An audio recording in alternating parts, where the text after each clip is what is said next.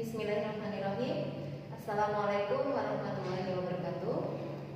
Baik anak-anak, untuk pertemuan hari ini kita memasuki bab 4, yaitu materi listrik statis. Apa sih itu listrik? Ada yang tahu di antara kalian semuanya?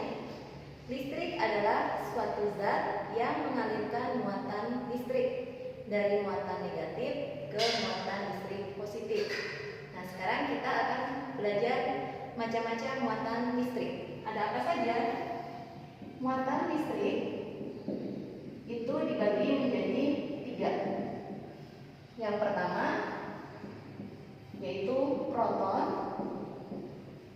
yaitu muatan listrik positif. Yang kedua elektron, yaitu muatan listrik negatif. Yang ketiga yaitu neutron, muatan listrik netral. Ini adalah macam-macam muatan listrik. Nah, sekarang bagaimana sih sifat muatan listrik tersebut? Sifat muatan listrik yaitu jika muatan listrik yang sejenis, contoh misalnya muatan listrik positif, kita dekatkan dengan muatan listrik positif, maka yang terjadi adalah tolak menolak. Kemudian muatan listrik negatif kita dekatkan dengan muatan listrik negatif, yang terjadi adalah sama, yaitu tolak menolak. Jika muatan listrik positif kita dekatkan dengan muatan listrik negatif, yang terjadi adalah tarik menarik. Jadi dari sini dapat kita simpulkan bahwa sifat muatan listrik itu adalah jika muatannya sesama jenis, itu akan tolak menolak. Jika muatannya berlawanan jenis, maka akan tarik menarik. Kemudian berikutnya, macam-macam benda bermuatan listrik. Macam benda bermuatan listrik. Yang pertama yaitu ada konduktor. Apa itu konduktor?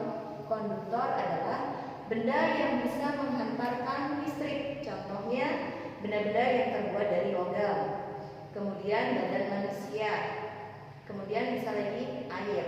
Itu contoh konduktor. Yang kedua, isolator. Kalau isolator itu kebalikan dari konduktor. Isolator adalah benda yang tidak bisa menghantarkan listrik. Contohnya kayu, kertas, plastik, dan yang lain-lainnya. Contoh peristiwa yang bisa mengalirkan listrik. Contoh peristiwa yang bisa mengalirkan listrik.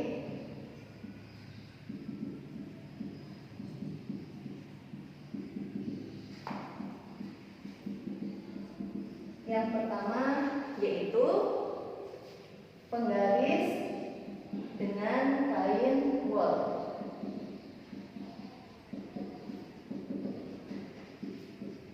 Penggaris plastik ketika kita gosok dengan kain wol akan terjadi perpindahan elektron, yaitu elektron pindah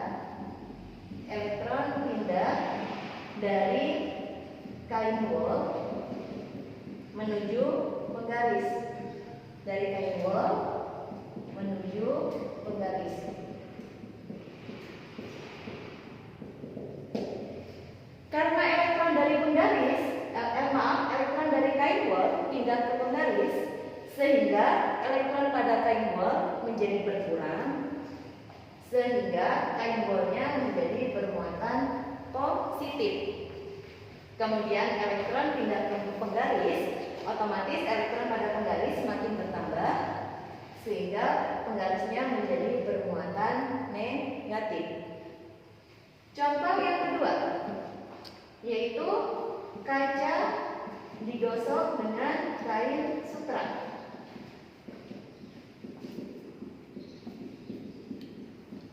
Perpindahan yang terjadi yaitu elektron pindah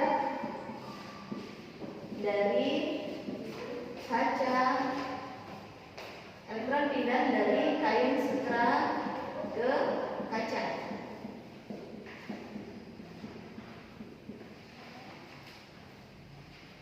Maaf, elektron pindah dari kaca ke kain sutra.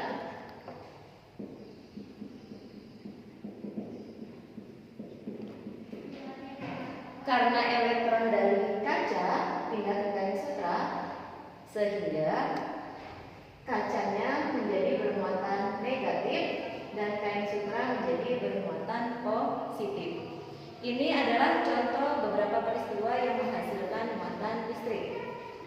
Kemudian berikutnya kita masuk ke elektroskop. Apa itu elektroskop? Elektroskop adalah alat yang digunakan untuk mengetahui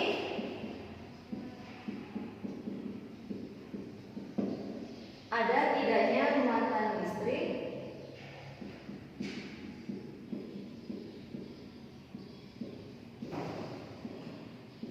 pada suatu benda. Jadi kalau kita mau mengetahui benda tersebut terdapat muatan listrik atau tidak, kita bisa menggunakan alat yang disebut dengan elektroskop. Kemudian berikutnya yaitu hukum Coulomb.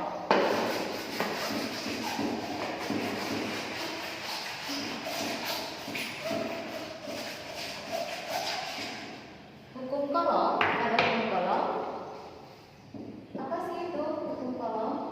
Hukum Coulomb yaitu untuk mengetahui muatan yang terjadi saat tarik menarik atau tolak menolak pada muatan listrik. Pada hukum Coulomb dirumuskan F sama dengan K kali Q1 dikali Q2 dibagi R kuadrat, di mana F adalah gaya Coulomb, satuannya Newton, kemudian Q1 dan Q2 adalah muatan listrik, satuannya yaitu Coulomb, dan R adalah jarak, satuannya meter. Satuannya harus meter. R sama dengan K kali Q1 kali Q2 dibagi R kuadrat.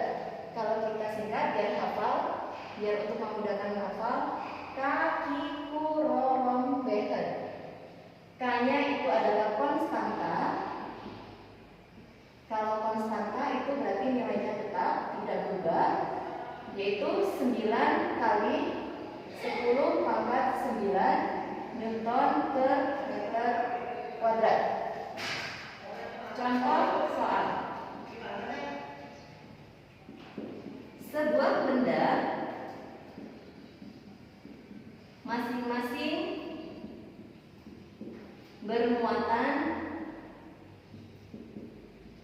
6 kolom dan 9 kolom, terpisah sejauh 2 meter. Hitunglah besar gaya kolom.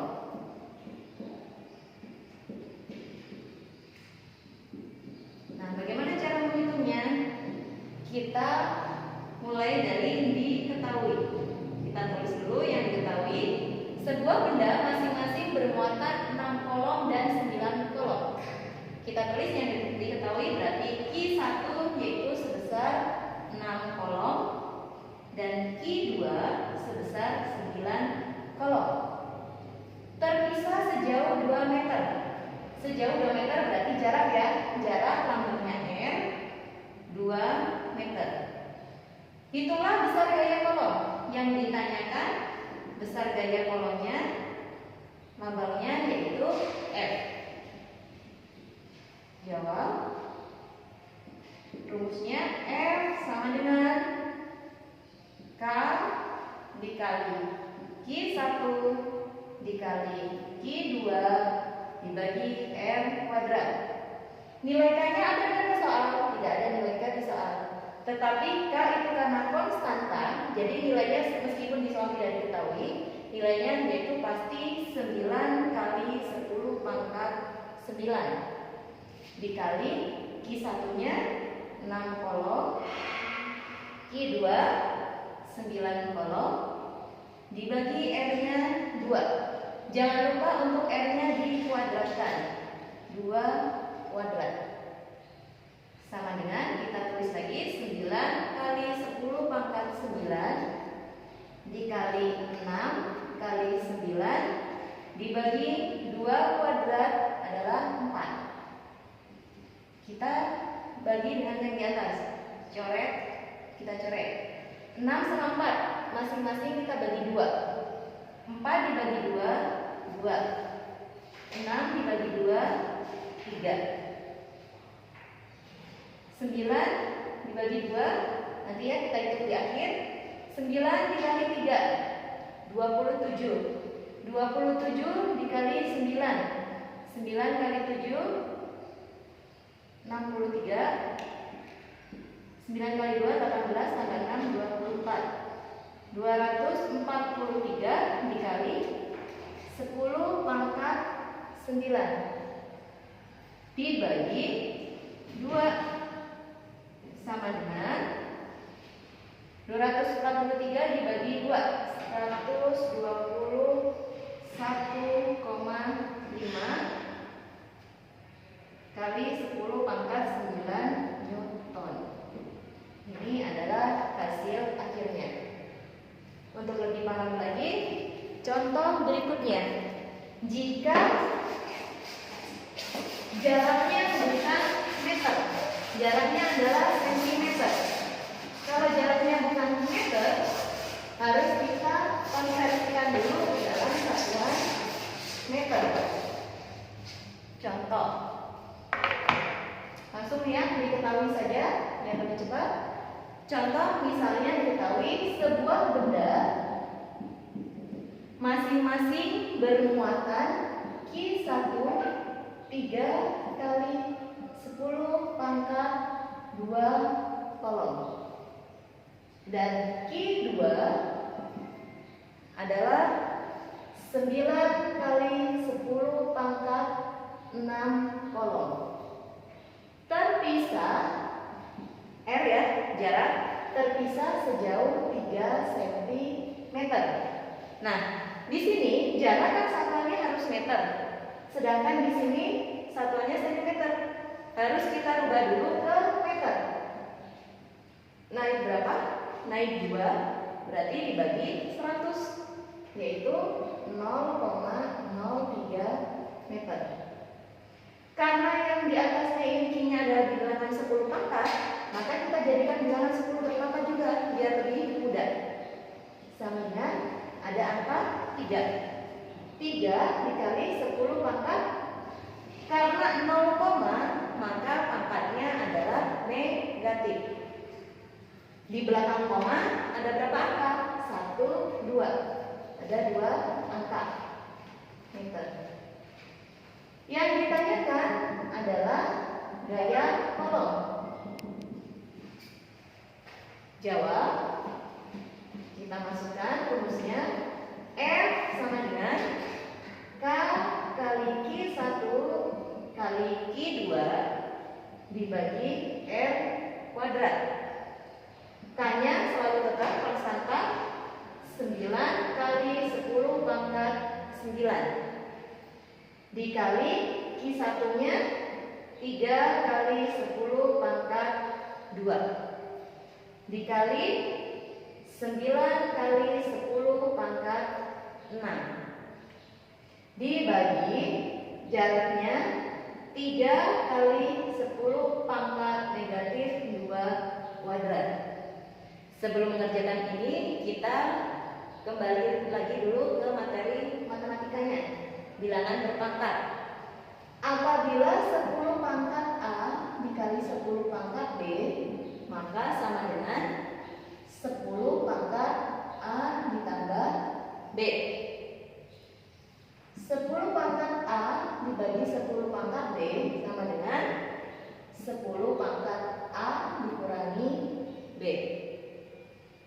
pangkat A pangkat B sama dengan 10 pangkat A kali B.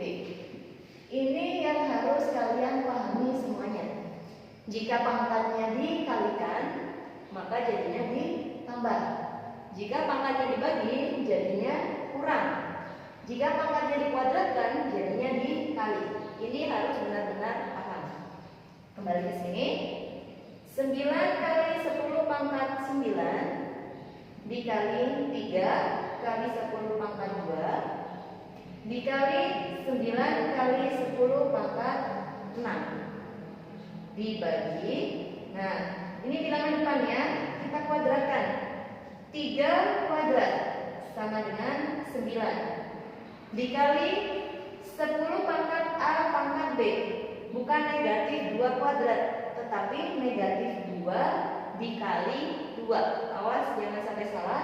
Negatif 2 dikali 2. Jadi 10 pangkat negatif 4. Ada 9, ada 9. Bisa kita coret ya. Habis. Sama dengan 9 dikali 3 27 dikali 10 pangkat. Ada bilangan berpangkat dikalikan, pangkatnya jadi ditambah. Ini kali, jadi pangkatnya jadi tambah. 9 ditambah 2 ditambah 6 dibagi 10 pangkat negatif 4 sama dengan 27 dikali 10 pangkat 9 ditambah 2 11 ditambah 6 17 per 10 pangkat negatif 4 sama dengan 27 dikali 10 pangkat. Ada bilangan pangkat dibagi, pangkatnya jadi dikurang. 17 dibagi negatif 4, jadi 17 dikurangi negatif 4. 17 dikurangi negatif 4 sama dengan 27 dikali 10 pangkat negatif jadi positif. Negatif kali negatif jadi positif. 17 ditambah 4 jadi 21 Newton. Inilah hasil dari pekerjaan soal nomor 2. Mudah-mudahan